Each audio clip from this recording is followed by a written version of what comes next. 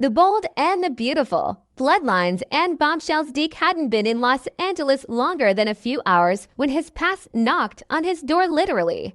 A worn, creased envelope had been slid under the door of his hotel room at the Beverly Grand.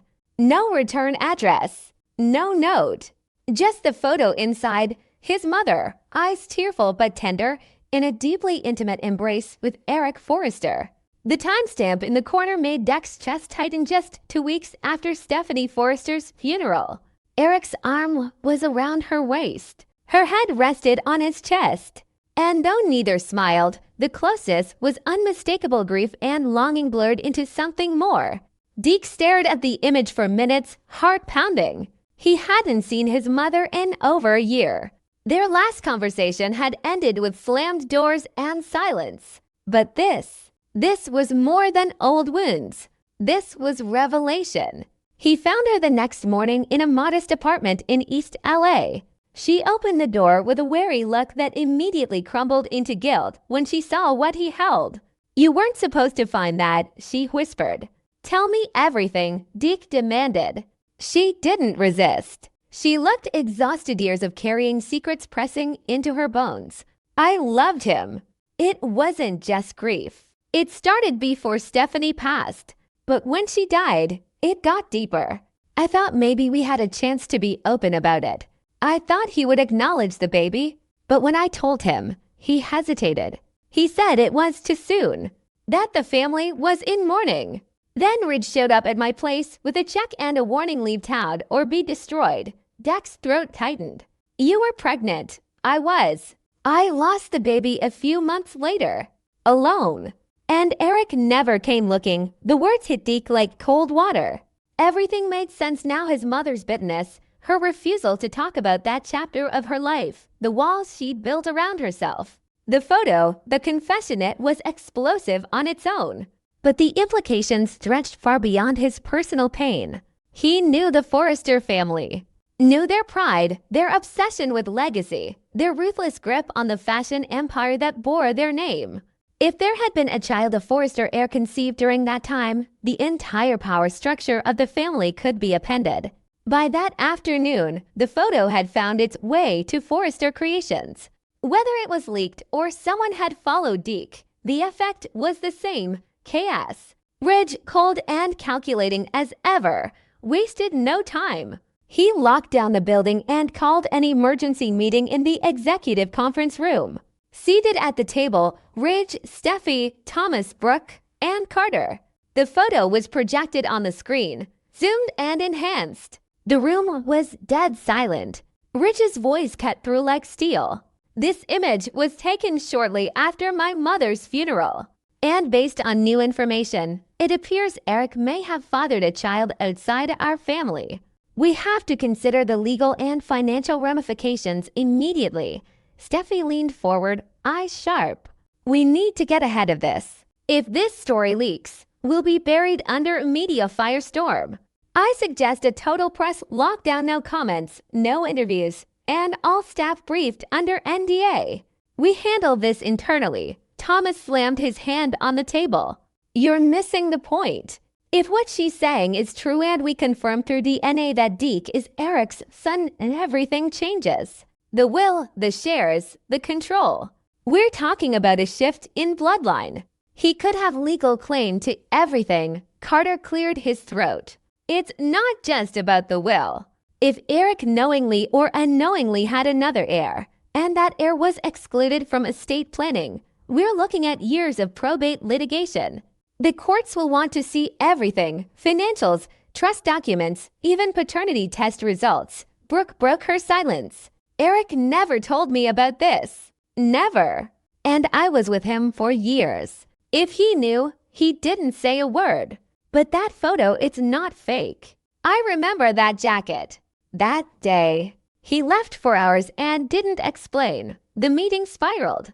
Legal language clashed with family loyalty. The foundation of the Forrester dynasty, so often shielded by glamour, power, and prestige, was suddenly vulnerable, and no one knew who would be left standing when the dust cleared. Meanwhile, Deke was being watched. Paparazzi were circling. Rumors were swirling on social media. A tabloid posted a blurred version of the photo with the headline, Forrester Patriarch's Secret Love Child. Back in East LA, his mother cried silently as news anchors debated her past. Deke stood by the window, fists clenched. He hadn't asked for this. He didn't want to be a pawn in a dynastic war. But he couldn't walk away. Not when his entire identity, his blood, his place in the world was suddenly under a microscope. The next day, Rich summoned Deke to Forrester Creations. The air was thick when he arrived. Security escorted him straight to the top floor. He entered the boardroom to find the whole family assembled. Rich stood at the head of the table. We want the truth, and we want it fast. Are you prepared to take a paternity test? Deke didn't flinch. Are you prepared for the results? There was a pause. Thomas watched him closely. Steffi crossed her arms, unreadable. Brooke looked away. Carter stepped forward with a sealed envelope. We had a sample tested using the family's preserved DNA files. The results are in. The silence was suffocating. Deke opened the envelope. His hands were steady. He read the paper. Twice. Then he looked up, voice clear and even. It's positive. Eric Forrester is my father. The room erupted. Thomas stood, eyes burning. This is a setup. There's no way Dad would hide this. Steffi snapped. The test is real, Thomas. Whether we like it or not, this is happening, Brooke whispered. Oh my God, Ridge said nothing. He sat down slowly, staring at the photo on the screen as if seeing it for the first time. Carter, ever the legal mind, spoke with urgency. We need to revisit Eric's estate immediately. The inheritance clauses were clear. Any biological child of Eric's has claim to voting shares and design influence. This isn't a scandal, it's a succession crisis. Deke sat down across from them. I didn't come here to take anything, but I won't let you bury the truth again. I have a right to know my father, and I have a right to be acknowledged. From that day forward, everything shifted. The Forresters, once unified by name and fashion, were now fractured by blood. The press smelled blood in the water. Every rival company circled like sharks. Media camped outside the Forrester offices. Buyers hesitated. Investors asked questions. Even loyal employees whispered in corners. And in the middle of it all stood Deke, a man who had once walked away from the Forrester name, now carrying the full weight of it. Rich became more aggressive than ever, pushing legal teams to find any loophole, any out. He tried to argue that Eric had been mentally compromised when the estate was finalized. He tried to pin everything on the mother, accused her of manipulation. But the DNA didn't lie, and Eric was no longer alive to defend or deny. Thomas grew paranoid. He began visiting lawyers in secret. Steffi tried to keep the company stable, but even she started to question where loyalty ended and truth began. The tension reached a fever pitch during a shareholders' meeting, where Deke appeared unannounced. The room gasped when he entered. Cameras flashed. Rich tried to stop him, but Carter stood and defended his right to speak. Deke approached the podium. I didn't choose this fight, but I won't walk away from it. I am not here to take what's yours. I'm here to claim what's mine. My name, my history, my father's acknowledgement. The truth he left to a standing ovation from some and stony silence from others.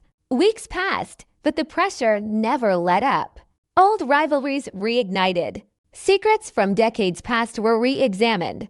Whispers of other affairs, of business deals tied to hush money, resurfaced. The Forrester name, once untouchable, was now the subject of every gossip column and industry article. But the biggest bombshell was still to come. Months after the paternity revelation, Deke received another envelope, this one hand-delivered by a lawyer. Inside was a revised document Eric had apparently signed before his death, never filed but notarized, a codicil to his will. It reads simply, if ever it comes to light that I have another child, he or she shall receive an equal share of all I have built. No exceptions. Family is not just who we raise, it's who we create, knowingly or not. Carter reviewed it. It was valid. Deke wasn't just a footnote. He was now, legally, a Forrester, and nothing would ever be the same again. Deke didn't flinch. He stood tall in the Forrester Creations boardroom, the same room where generations of power plays had unfolded, and declared what the entire family had feared since the moment the photograph surfaced. I want an official DNA test. Not a quiet one. Not one buried in a back office. I want it witnessed, documented, and verified. And I want my legal team to review every version of Eric Forrester's will, every codicil, every handwritten note, everything he ever signed. The room froze. Ridge's jaw clenched, his hands curled into fists, but he said nothing. Steffi exchanged a sharp look with Thomas. Carter nodded slowly. That's within his rights, Carter said, his voice calm but heavy with the weight of consequences. If there's a legal claim to be made, we need full transparency. What Deke didn't know, what no one had expected, was that buried deep in the original documents, hidden beneath layers of amendments and trust revisions, was a long-forgotten clause. It had been added during one of Eric's early rewrites, back when Stephanie was still alive and the family had been shaken by another near scandal. It read, should any biological children of mine, previously unknown or unacknowledged, be identified at any point, they are to be afforded inheritance rights equal to those of my other children. No one had touched that clause in over 2 decades. It had survived every edit, every codicil, every update. And now it threatened to bring the entire Forrester empire to its knees. Carter's face turned pale as he reread the clause in his office. He called Ridge, Steffi, and Thomas in immediately. This changes everything, Carter said, setting the file down on the table. If Deke is Eric's biological son, and this clause is still valid, he's entitled to the same share of the estate and corporate holdings as Ridge, as Thorne, as any recognized Forrester child. That means shares. That means decision-making authority. That means design royalties. Everything. Ridge stood up, his voice rising. This is insane. You're telling me some guy walks in off the street with a sob story, waves around a photo, and suddenly he's entitled to a chunk of everything my father built. Over my dead body. Thomas leaned against the window, arms crossed. The clause is real, Ridge. And you know what? This might explain a lot about Dad's behavior toward the end. Maybe he knew. Maybe he didn't want this to stay buried forever. Steffi, pragmatic as always, cut through the emotion. This isn't just about principle. It's about risk, public perception, shareholder confidence. If this explodes in the media, we could lose sponsors, retailers, and distributors overnight. I say we take control of the narrative before it controls us. Ridge narrowed his eyes. What are you suggesting? A private settlement, she said. We offer Deke a generous payout, an NDA, and a formal withdrawal of any claim to the estate or the company. We buy silence. We buy stability. Thomas pushed off the wall, his voice sharper now. No, that's exactly the kind of move that makes us look guilty. If we pay him off, it tells the world he's right that we wronged him. And if that clause holds up, we're paying him anyway. Might as well face it head on, Carter, neutral but thorough, interjected. A settlement could work if Deke's bluffing or if he's just after money. But if he's genuine, and especially if the DNA test confirms him as Eric's son, no amount of cash is going to erase the legitimacy of that claim. Worse, if he refuses the NDA and talks, the damage is compounded. As the legal team scrambled, Deke was already preparing for war. He met with a top-tier law firm in downtown Los Angeles, handing over everything he had: his mother's statements, the photograph, the letter Eric had once written to her that had never been sent, the timeline of events, and the medical records. More importantly, he agreed to the DNA test. Not just any test, but one monitored and certified through a neutral third-party lab to avoid any hint of tampering. And he set a date to go public. I want transparency, he told his attorney. I want the world to know the truth before they spin it. I don't care if I inherit $1. I want to reclaim what was stolen. My identity. My name. Word reached Forrester Creations before the ink dried. Deke had scheduled a press conference at the Beverly Hills Hotel for the following Thursday. Reporters were already circling. Gossip blogs were on fire. The story had gone viral across fun forums, fashion blogs, and social media. The phrase "secret Forrester heir" was trending worldwide. Steffi called an emergency meeting with the PR department. "We are at DEFCON 1, she snapped. "No one breathes without running it through PR. I want a full crisis response drafted by tonight, messaging points, public statements, social media protocols.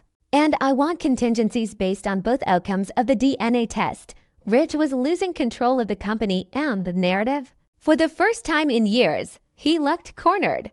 "We shut him down," he growled. "We find a way to discredit this. We protect Dad's legacy at all costs." But the results didn't wait. The DNA test came back the night before the press conference. Deke was a 99.99% match with Eric Forrester. The results were airtight, signed, stamped, verified. No ambiguity. No escape. Steffi stared at the document with cold dread. "It's real." Thomas looked at her, then at Ridge. Now what? No one had an answer.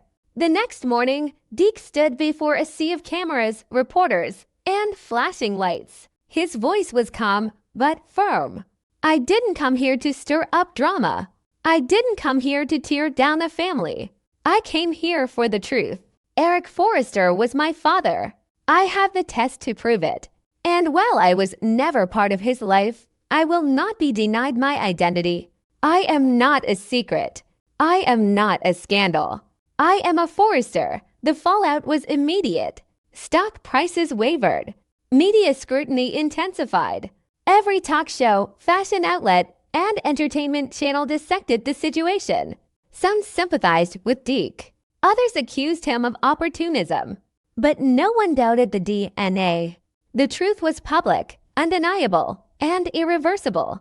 Back at Forrester Creations, the mood had shifted. The walls felt smaller. Every conversation was hushed. Every glance carried suspicion. Rich refused to speak to Carter. Steffi doubled down on damage control, reaching out to longtime partners, reassuring retailers, and prepping a limited campaign spotlighting the family's legacy. Thomas, however, was quiet, watching, waiting. And Deke? He didn't demand a seat at the table. He didn't sue. He simply waited, knowing that time and the law was now on his side. But one thing was certain. The Forrester family would never be the same again. The episode opened in near silence, just the soft rustle of curtains and the sound of an old cassette clicking into place. A woman's voice trembled through the tape, raw and unfiltered. It was Deke's mother. The screen faded to black and white, then into memory. She had been young, proud, and full of complicated hope when she snuck into the Forrester estate that night. Stephanie's funeral had barely ended. The guests had gone. The lights inside were dimmed. Outside, the garden was washed in moonlight. She found Eric standing alone under the arbor where Stephanie's roses had started to wilt. His face was sunken from grief, but when he saw her, something shifted. Pain recognized pain. He didn't speak at first. Neither did she. The silence between them pulsed with unresolved history. Then he said, barely above a whisper, "You shouldn't be here." But he didn't turn her away. What started as words became touch. What began as comfort turned into a kiss. The night unfolded in fragments. His hand on her shoulder, her fingers clutching his jacket, the deep ache in his voice when he said, "I don't know who I am without her." In his grief, he sought warmth. In her longing, she offered it. That night wasn't planned. It wasn't revenge. It was heartbreak colliding into intimacy. And in the aftermath, as dawn broke and she slipped out the side gate, she carried something more than regret. She carried his child. Her voice broke in the recording. "I told no one. I was scared. But I thought maybe he would come to me. Maybe he would remember that night and see what it meant. I waited." She did go to him weeks later, finally unable to hold the secret. But when she reached the Forrester offices, she never got past the front desk. A man in a tailored gray suit, someone she'd never seen, told her bluntly, "Leave town. Forget this ever happened." He handed her an envelope full of cash. She refused it. He threatened her. He knew her name, where she lived, where she worked. He said the Forresters would crush her if she tried to go public. Eric doesn't need another scandal, the man warned. And neither do you. She left that day in shame and silence, leaving behind everything she knew. I didn't take their money, she whispered through the tape. I never took a single dollar. Because I wanted my son to be born with a clean name. Because I believed one day he'd return and demand what was his. Not just money. His name. His truth. Deke listened to every word with fists clenched and jaw tight. The pain in his mother's voice cut through his chest. He had lived most of his life wondering why he always felt like he didn't belong. Now he knew. He wasn't unwanted. He was erased. When the tape ended, he sat still. Then he stood slowly. Everything inside him burned not just for his mother, but for himself. For the years lost. For the lies. He wasn't going to settle for a check or an apology. He would take back what was stolen, not just paternity, but place, legacy, identity. Back at Forrester Creations, the news had already begun to churn beneath the surface. Rumors of the past were bubbling up through quiet leaks and subtle mentions in blogs. Ridge was livid. He stormed through the office, shouting down anyone who dared suggest his father had been anything less than noble. He was grieving, Ridge snapped. And now this woman, this nobodies were writing history? Dragging his name through the mud. Over what?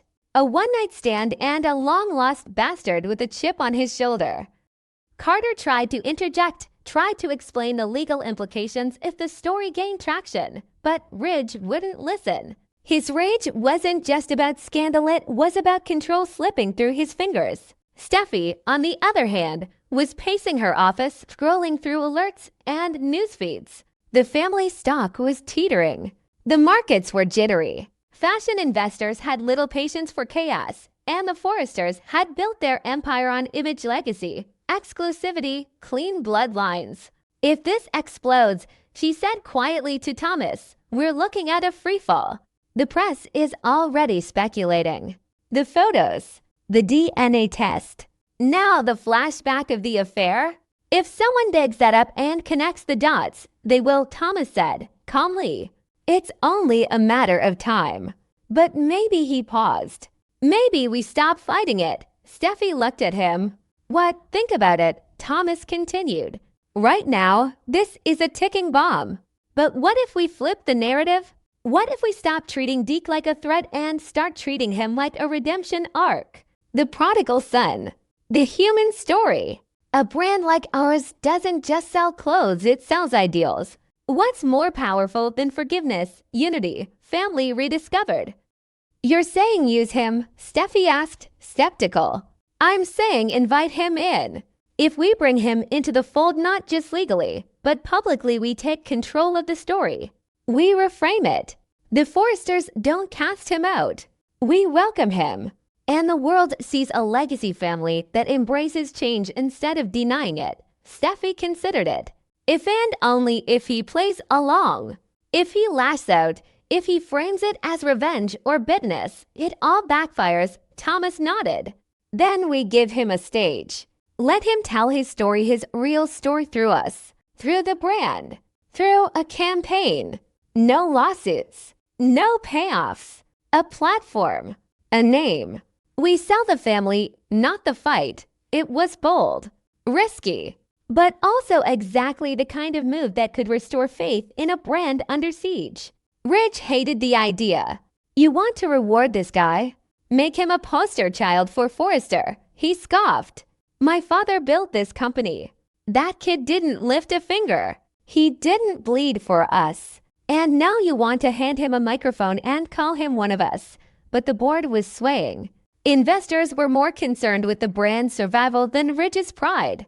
Carter sided with Thomas. Brooke, uncharacteristically quiet, whispered Eric believed in second chances. Maybe this is one. The final decision would rest on one thing, Deke's choice. When they reached out to him with the proposal of fully funded campaign, co-branded with his name, a public acknowledgement of his lineage, and a seat at the table. He said nothing at first. He took the folder, read every word, and stared long and hard at the Forrester crest embossed on the front. Then he said, "I'll do it, but not as your tool, not as your strategy. I do this because I'm a Forrester. Whether you want to admit it or not." He looked straight at Ridge. "You don't get to deny me anymore." The campaign rolled out 2 weeks later. It was called Unwritten Threads, the tagline. Some legacies are stitched in silence. It's time to let them speak. The first ad featured Deke walking through the Forrester design studio. Black and white, no music. Just his voice. "They tried to erase me. Not with violence, but with silence. But the truth has a way of resurfacing. And now that it has, I'm here to stay." The impact was immediate. Sales surged. Press coverage shifted. The scandal morphed into celebration. The Forresters weren't seen as fractured, they were seen as evolving. Stronger. More real.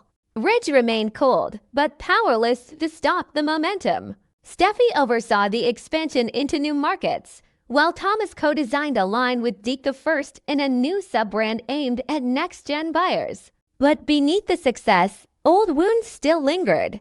Deke knew the truth didn't heal overnight. He knew the family saw him as a liability just waiting to detonate. But he also knew one thing they could no longer take from him: his name. Deke Forrester. And with it came not just history, but